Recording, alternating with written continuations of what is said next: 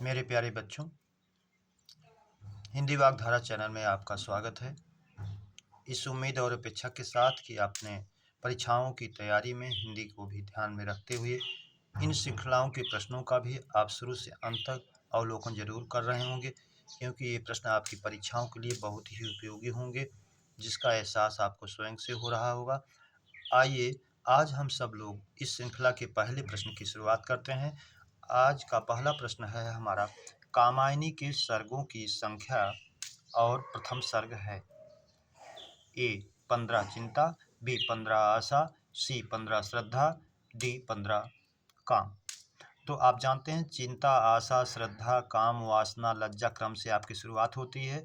तो आपके सर्गों की संख्या 15 और चिंता आपका प्रथम सर्ग है कामायनी का, इसलिए विकल्प ए सही हो जाएगा।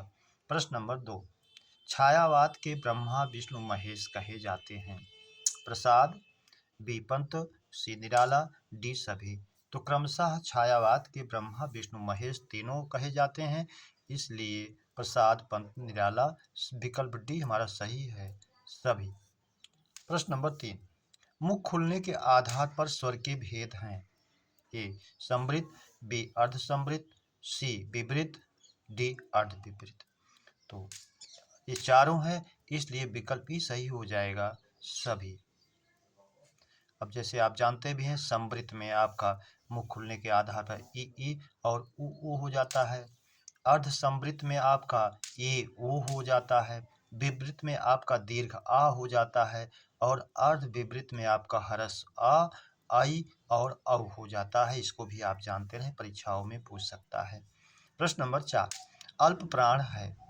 ए अ, बी च, सी ड, डी अंग, ई सभी। तो आप जानते हैं सभी स्वर अल्पप्राण होते हैं, इसलिए आ है। किसी भी वर्ग का पहला, तीसरा और पांचवा होता है, तो चा पहला है, ड तीसरा है, इसलिए ये भी है। अंग अनुस्वार भी अल्पप्राण में ही गिना जाता है, इसलिए चारों है, तो विकल्प ई हमारा सही हो जाएगा, सभी। प्रश्न नंबर 5, महाप्राण वर्ण हैं। तो आप जानते हैं किसी भी वर्ग का दूसरा और चौथा महाप्राण में गिना जाता है। चा पहला है, इसलिए है। फा दूसरा है, इसलिए है। सीधा ये चौथा है, इसलिए है। आह ये विसर्ग युक्त आ जो होता है, ये भी महाप्राण में होता गिना जाता है, इसलिए ये भी है। चारों है, तो इसका भी विकल्प ही सही हो जाएगा, सभी। प्रश्न नंबर 6, रूप व्याकरणिक या प्रयोग के आधार पर शब्द भेद हैं। इसी को विकार के आधार पर भी शब्द भेद कहते हैं।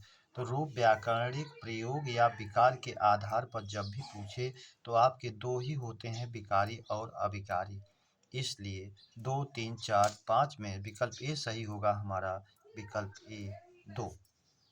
प्रश्न नंबर 7, बीड़ा पाणी का शब्द भेद है, अर्थात शब्द भेद के नजरिए से बीड़ा पाणी क्या है।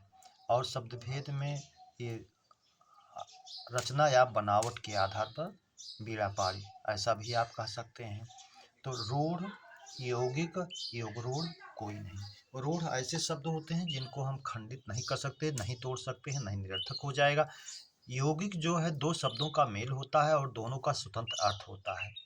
योगरूढ़ जो है दो शब्दों का योग तो होता है, लेकिन उसका अर्थ तीसरे भाव में रूढ़ हो जाता है, अर्थात बहुव्रीहि समास के सारे उदाहरण योगरूढ़ में आते हैं। और यह बीड़ा पाणी जो है, बीड़ा है हाथ में जिसके माँ सरस्वती के लिए कहा गया है, तीसरा अर्थ प्रधान हो रहा है, इसलिए योगरूढ़ में जाएगा, विकल्प सी हमारा सही हो जाएगा, योगरूढ़। प्रश्न नंबर 8, कौन सा शब्द यौगिक है। ए पंकज, बी जल, सी सुर, डी प्रत्यक्ष। तो अभी आपने देखा जिन शब्दों को तोड़ नहीं सकते वो रूढ़ होते हैं, ना तोड़े जाने वाले में जल है, सुर है, इसलिए दोनों रूढ़ हो जाएंगे। पंकज जो है, पंक के जायते पंकजा, कीचड़ में जो उत्पन्न होता है अर्थात कमल, ये रूढ़ में जाएगा। प्रत्यक्ष जो है ये यौगिक में जाएगा, क्योंकि आप जानते हैं यौगिक के शब्दों का निर्माण संधि, समास, उपसर्ग और प्रत्यय 4 विधियों से होता है। यहाँ प्रति और अक्ष जोड़ करके प्रत्यक्ष यण और संधि से बना है, जिसमें प्रति उपसर्ग है, अक्ष जो है संज्ञा है, तो विकल्प डी हमारा सही हो जाएगा, जो यौगिक शब्द हो जाएगा। प्रश्न नंबर 9, अर्थ के आधार पर शब्द भेद है। देशज, एकार्थक, तत्सम, यौगिक। अर्थ के आधार पर मुख्यतः आपके चार भेद हैं: एकार्थक, अनेकार्थक, विलोमार्थी, समानार्थी। तो इसलिए विकल्प डी सही हो जाएगा। विकल्प बी सही हो जाएगा, एकार्थक। चार भेदों में एकार्थक, अनेकार्थक, समानार्थक, विलोमार्थक। तो एकार्थक हमारा जाएगा अर्थ के आधार पर। प्रश्न नंबर 10, जीमूत पर्याय है वारिवाह, वलाहक, मेघ, सभी। तो जीमूत का पर्याय जो है बादल का है, तो वारिवाह भी है, वलाहक भी है, मेघ भी है, इसलिए विकल्प डी सही हो जाएगा हमारा, सभी। अगला प्रश्न, प्रश्न नंबर 11, चरण कमल बंदो हरिराई में अलंकार है उपमा, रूपक, उत्प्रेक्षा, भ्रांतिमान। तो चरण रूपी कमल यहाँ रूपक अलंकार में ही ले जाया जाएगा, क्योंकि चरण को ही कमल को ही चरण माना गया, चरण रूपी कमल, तो रूपक अलंकार में जाएगा। विकल्प भी हमारा सही हो जाएगा जब उपमेय में उपमान का आरोप किया जाए। प्रश्न नंबर 12, किवाड़ का तत्सम है पट, द्वार, फाटक, कपाट। तो आपको लग रहा होगा किवाड़ की पर्यायवाची जैसे हो सकते हैं, लेकिन तत्सम पूछ रहा है, जो शुद्ध होना चाहिए वो कपाट होगा। विकल्प डी हमारा सही हो जाएगा। प्रश्न नंबर 13, तद्भव में तद से तात्पर्य है तद, हिंदी, संस्कृत, उर्दू, डच। तद माने उससे, भव माने उत्पन्न, उससे जो उत्पन्न हुआ है, अर्थात संस्कृत से जो शब्द उत्पन्न होकर हिंदी में आए हैं, रूप विकृत हो गया है, तद्भव है। तो यहाँ तद का तात्पर्य जो है, अभिप्राय जो है, संस्कृत से है, इसलिए विकल्प भी हमारा सही हो जाएगा। प्रश्न नंबर 14, किस शब्द में आ प्रत्यय का योग होने पर स्त्रीलिंग से पुल्लिंग शब्द का निर्माण होता है? भैंस, भेड़, दोनों, सूकर। सूकर सुअर का तत्सम है, इससे कोई मतलब नहीं है। भैंस में आ प्रत्यय जोड़ने पर भैंसा बनता है, जो पुल्लिंग हो जाता है। भेड़ में आ प्रत्यय जोड़ने पर भेड़ा बनता है, जो पुल्लिंग बन जाता है, इसलिए विकल्प सी हमारा सही हो जाएगा, दोनों। प्रश्न नंबर 15, निम्न में पुल्लिंग है ए घी, बी पनीर, सी दोनों, डी छाछ। तो घी, पनीर, दोनों, छाछ कह रहा है, तो घी और पनीर दोनों पुल्लिंग हैं, इसलिए विकल्प सी सही हो जाएगा, दोनों। छाछ जो है, आप जानते हैं दूध से बनी सारी वस्तुएं पुल्लिंग होती हैं, छाछ और लस्सी को छोड़ करके। तो छाछ है, छाछ स्त्रीलिंग है, इसलिए नहीं है, दोनों पुल्लिंग है, इसलिए दोनों विकल्प सी वाला हमारा सही है। प्रश्न नंबर 16, विहंग पर्याय है ए द्विज का, बी पक्षी का, सी खग का, डी सभी का। तो विहंग माने पक्षी, द्विज पक्षी, खग तीनों इसके पर्यायवाची हैं, इसलिए विकल्प डी हमारा सही हो जाएगा, सभी। प्रश्न नंबर 17, संन्यास में उपसर्ग है सम, सम, सन, सभी। तो सम प्लस न्यास, संन्यास, हल चिन्ह युक्त मास बनेगा सम का, इसलिए विकल्प ए हमारा सही हो जाएगा, सम। प्रश्न नंबर 18, वातानुकूलन का सर्वाधिक उपयुक्त अर्थ है air purifier, air conditioner, room heater, D सभी। रूम हीटर कमरे को गर्म करने वाला, ऐसा नहीं है। एयर प्यूरीफायर जो हवा को शुद्ध करता है, वो भी नहीं है। एयर कंडीशनर जो वायु को अनुकूलित करता है, एयर कंडीशनर, इसलिए विकल्प भी हमारा सही हो जाएगा, एयर कंडीशनर। प्रश्न नंबर 19, भैंस अधिक चारा खाती है, अधिक विशेषण है किसका? भैंस का, चारा का, खाना का, सभी। ऐसा नहीं है, अधिक जो है चारा का विशेषण है, इसलिए यह विशेषण जो है अधिक चारा, विकल्प बी का सही हो जाएगा। प्रश्न नंबर 20, संन्यास के लिए घर छोड़ना वाक्यांश का एक शब्द है प्रव्रज्या, सन्यासी, साधु, यति। पर्याय एक दूसरे के लग रहे होंगे, लेकिन इसका शुद्ध वाक्यांश का एक शब्द होगा प्रव्रज्या, संन्यास के लिए घर छोड़ना, विकल्प ए।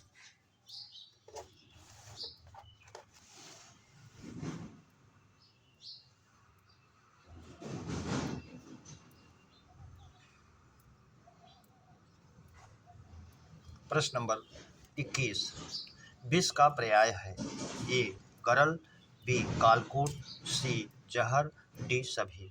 तो विष माने जहर, और ये जहर के सभी पर्यायवाची हैं, गरल, कालकोट, जहर सभी हैं, इसलिए विकल्प डी हमारा सही हो जाएगा, सभी। प्रश्न नंबर 22, हिरण्यगर्भ पर्याय है, ब्रह्मा, विष्णु, शिव, कोई नहीं। हिरण माने सोने के, गर्भ माने गर्भ से जिसकी उत्पत्ति हुई। सोने के गर्भ ऐसा माना जाता है कि सोने का अंडा जो मृणाल तंतुओं से होता हुआ कमल के बाहर निकला और फूटा, जिसके गर्भ से ब्रह्मा जी की उत्पत्ति हुई, इसलिए उन्हें हिरण्यगर्भ कहा गया। विकल्प ए हमारा सही हो जाएगा, ब्रह्मा। प्रश्न नंबर 23, वह दिल्ली से नहीं आया में कारक है, करण, संप्रदान, अपादान, संबंध। दिल्ली से नहीं आप जानते हैं, तुलना के योग में, दूर होने के योग में, अलगाव के योग में, दूर या पास, चाहे दिल्ली से आया चाहे दिल्ली से नहीं आया, दोनों स्थितियों में उसकी वहाँ से अलगाव होगा, दूरी बनेगी, इसलिए अपादान में जाएगा। विकल्प सी हमारा सही हो जाएगा, अपादान। प्रश्न नंबर 24, उत्तराधिकार में प्राप्त संपत्ति वाक्यांश का एक शब्द होगा, वसीयत, रिक्त, पैतृक, कोई नहीं।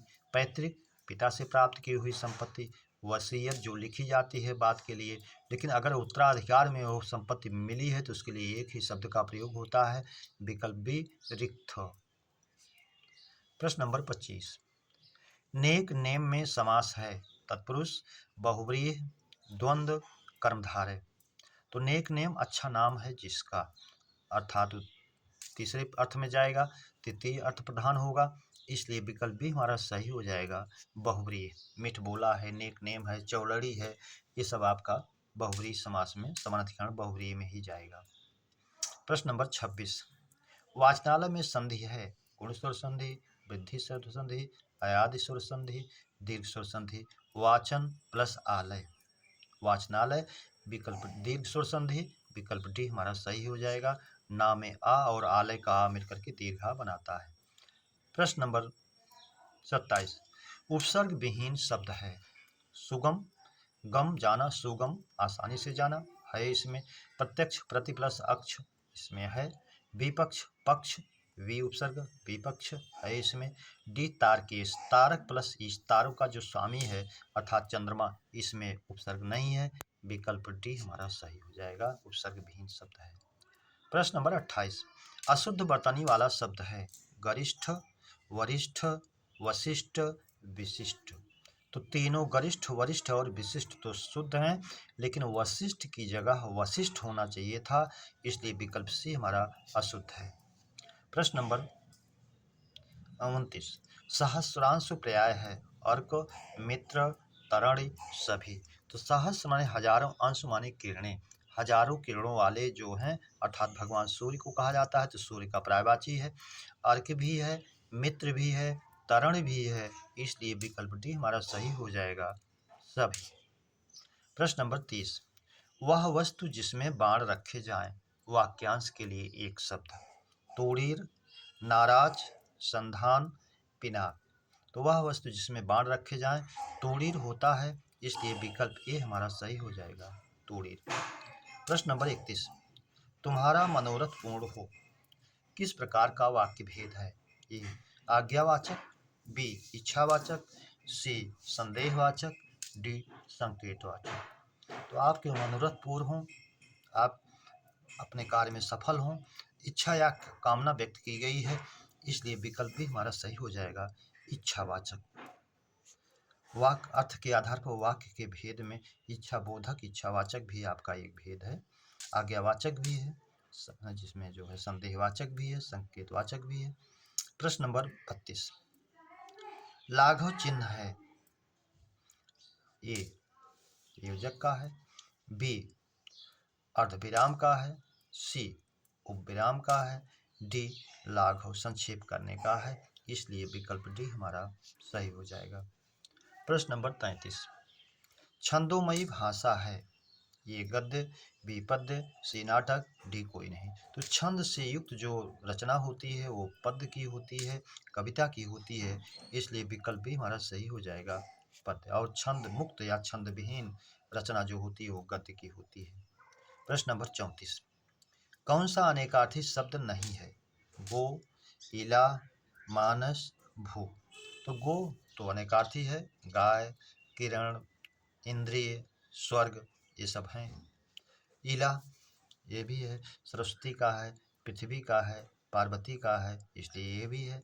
मानस मनुष्य है, मन से उत्पन्न है, कामदेव है, दूत है, इसलिए ये भी है।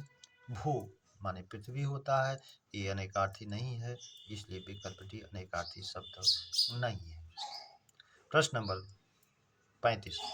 अर्थ के आधार पर वाक्य भेद हैं 6, 7, 8, 9। तो अर्थ के आधार पर वाक्य भेद 8 होते हैं, आप जानते हैं, इसलिए विकल्प सी हमारा सही हो जाएगा 8। प्रश्न नंबर 36। चौथा विश्व हिंदी सम्मेलन कहाँ हुआ? Bharat, Suriname, Trinidad, Mauritius. तो आप जानते हैं, पहला भारत, दूसरा मॉरिशस, तीसरा फिर भारत, फिर चौथा मॉरिशस। चौथा पूछ रहा है, इसलिए मॉरिशस। विकल्प डी हमारा सही हो जाएगा। प्रश्न नंबर 37। पहेलियां और मुकरियां लिखने वाले आदिकालीन कवि हैं? अमीर खुसरो, चंद्रबरदाई, विद्यापति, जगन आलाखंड, परमाल रासू जिसने लिखा। विद्यापति केतपता का पदावली इनकी रचनाएं हैं। पदावली के आधार पर इन्हें मैथिल कोकिल कहा गया है। चंद्रबरदाई पृथ्वीराज रासू महाकाव्य इन्होंने लिखा। अमीर खुसरो पहेलियां और मुकरियां लिखने वाले आदिकालीन कवि इन्हें हिंदी खड़ी बोली का भी आदि कवि कहा गया था, प्रथम कवि कहा जाता है, इसलिए विकल्प ए हमारा सही हो जाएगा, अमीर खुसरो। प्रश्न नंबर 38। उन्मूलन का विलोम है? ए रोपण, बी निमीलन, सी दोनों, डी कोई नहीं। उन्मूलन माने उखाड़ना, जड़ से नष्ट करना, और उसको लगाना रोपण करना, तो इसलिए विकल्प ए सही हो जाएगा, रोपण। प्रश्न नंबर 39। चांदनी युक्त रात वाक्यांश का एक शब्द है? सरबरी, विभावरी, निषाद, त्रियामा। त्रियामा रात्रि का तीसरा प्रहर, निशीथ रात मध्य रात्रि का समय, आधी रात का समय, विभावरी तारों भरी रात विभावरी कहलाती है वाक्यांश में। सरबरी चांदनी से युक्त रात जो है सरबरी कहलाती है, इसलिए विकल्प ए हमारा सही हो जाएगा, सरबरी। प्रश्न नंबर 40। निम्न में विशेषण है? प्रामाणिक, वैज्ञानिक, धूमिल, सभी। तो प्रमाण में एक लगा के प्रामाणिक जो संज्ञा के पहले प्रयुक्त किया जाए शब्द जो है विशेषण बनता है, तो प्रामाणिक विशेषण है। वैज्ञानिक ये विशेषण और विशेष दोनों भावों में प्रयुक्त होता है, लेकिन विशेषण पूछा गया तो विशेषण भी है। धूमिल धूम से युक्त है जो है धूमिल, ये भी है। डी सभी, इसलिए विकल्प डी हमारा सही हो जाएगा, क्योंकि तीनों विशेषण के रूप में प्रयोग किए जाते हैं। प्रश्न नंबर 41।